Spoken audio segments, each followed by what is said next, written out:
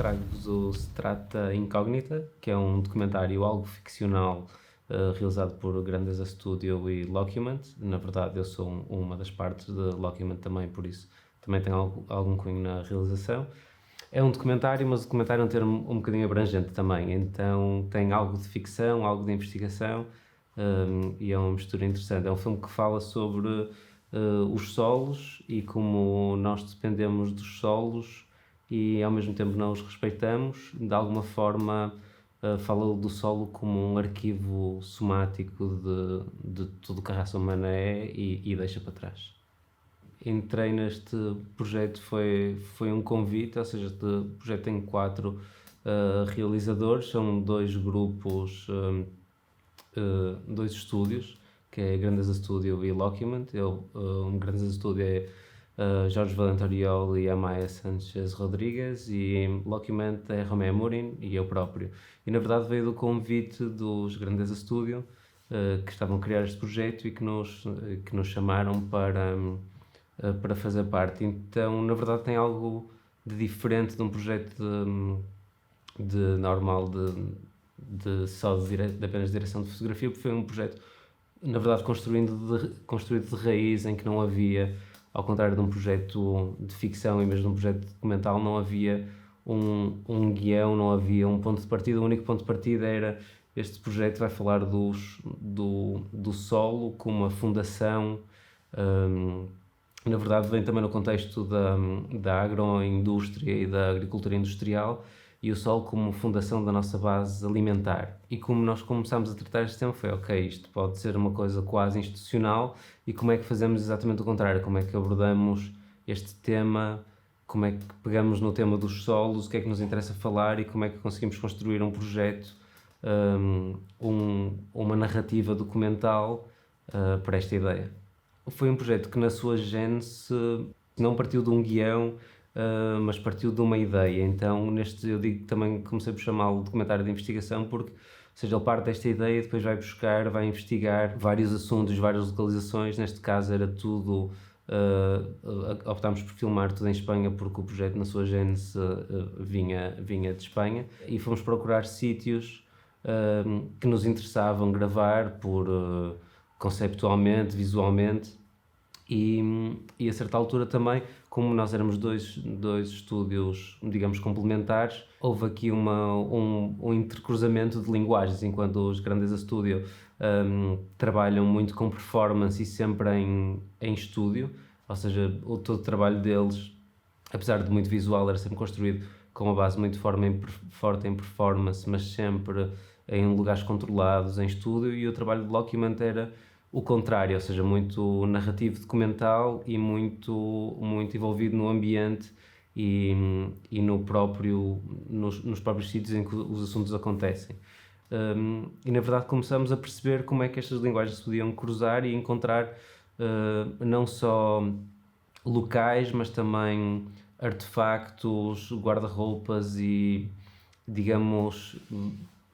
simbolismos que pudessem complementar as ideias e funcionar como veículos para estas ideias. Não é que tenha sido guerrilha, mas houve uma consciência muito rápida de, se não queremos comprometer nos locais que vamos escolher, ou seja, decidimos, ok, não podemos também ter uma infinitude de locais, tivemos de ser muito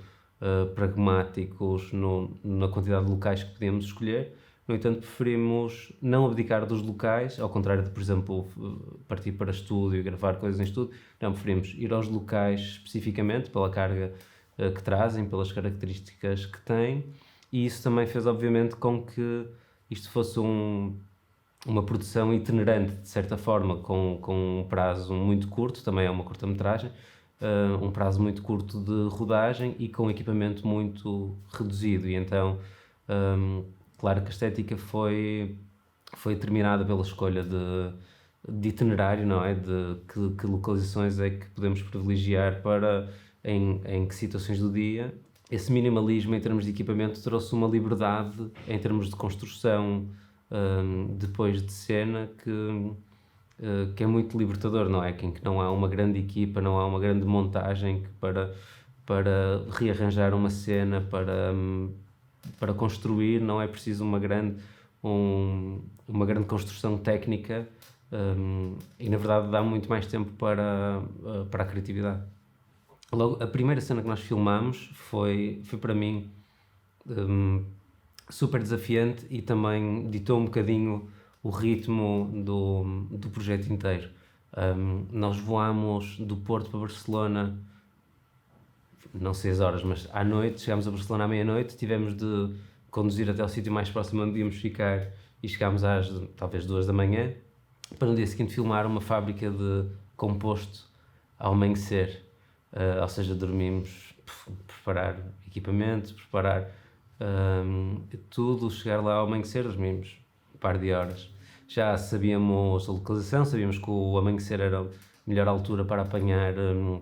não só em termos de luz, mas também porque o composto durante a noite, como fermenta e com o frio, deita vapor, então todo o setting nos parecia incrível, apesar de ainda não os termos visto. E chegámos lá um bocadinho ainda no início do filme, com este cansaço, mas também com a adrenalina de começar, a um local com um cheiro pestilento, super tóxico, e de repente o sol começou a nascer por trás das montanhas de composto, a fumegar, e eu atrás da câmara, os outros elementos que estavam em modo já performance, em modo ator, assim todos muito confusos por dentro, com o guarda-roupa, que também dificultava imensa visão, em cima de uma pilha de composto onde tinham sido postos com uma retroescavadora cheia de fumos, com pouca visibilidade, assim um bocadinho sem perceber o que é que estava a acontecer, e para mim deu para perceber que pronto, vai ficar inacreditável, vai ser duro, mas vai ficar inacreditável. Na verdade, no processo de produção, de pré-produção, não houve uma narrativa no sentido de um argumento, mas houve uma narrativa construída com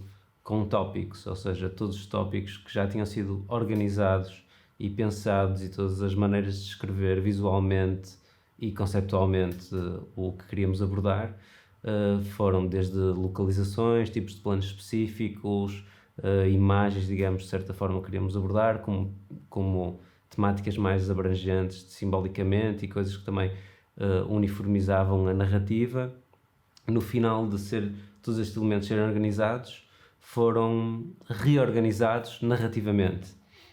Ou seja, a narrativa, o nosso percurso itinerante a filmar todos estes locais já estava balizado para certos temas. Claro que depois na rodagem houve muitas coisas que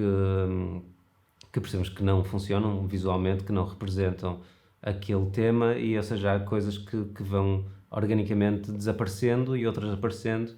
e nesse sentido o conteúdo também é maleável, quer o visual, quer o conceptual. Quando algo não funcionava em termos do que procurávamos, tínhamos essa vantagem desse minimalismo, ou seja, tínhamos flexibilidade para facilmente mudar, reinventar, procurar novos locais e descobrir, digamos, uma nova cena. Por exemplo, um dos locais que filmámos, que foi na ilha de Lanzarote, enquanto filmámos em Lanzarote e La Palma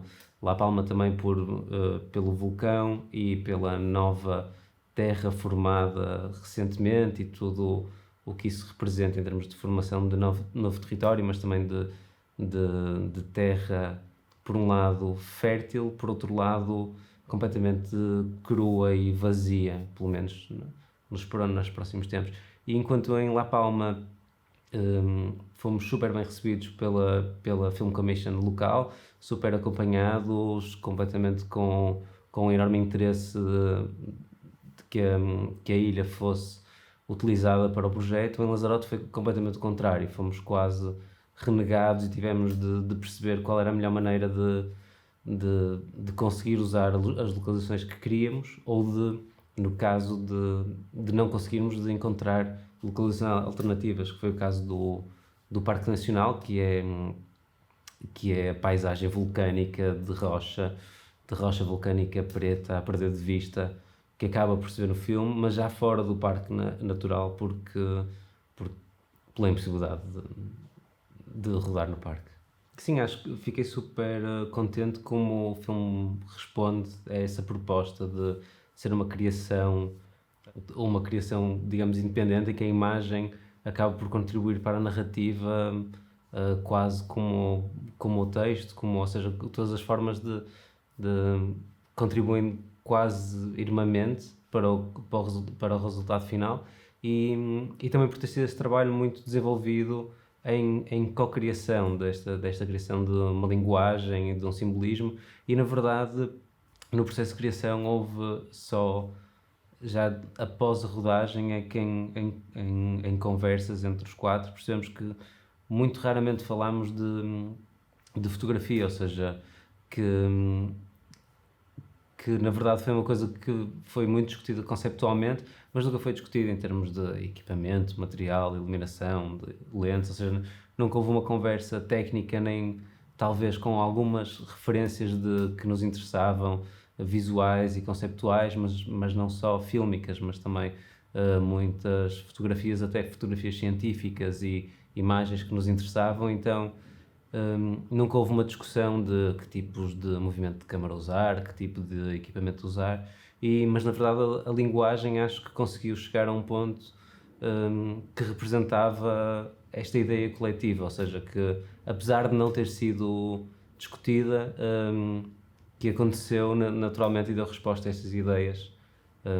de uma maneira orgânica, digamos. Ver, claro que não só filmes e tudo que sejam referências, mas ver na vida, ou seja, não na fotografia, mas houve uma altura que eu estava a tentar aprender a desenhar, e uma das coisas que me lembro de ser um conselho incrível era para desenhar é preciso ver bem, e às vezes quando nós vemos, presumimos coisas, por exemplo em termos de desenho, presumimos que as coisas são de uma certa forma, mas não estamos a ver, e se virmos com atenção percebemos que na verdade estávamos a desenhar mal neste caso, porque não estávamos a ver bem. E acho que na fotografia acontece também isso, que é, precisamos ver, e se gostamos de uma coisa, de uma cena na rua, de uma cena num filme, porquê, o que é? É luz, é câmara, quais são as características, e na verdade tentar perceber isso, tentar desenvolver a sensibilidade à luz e à cor e à atmosfera.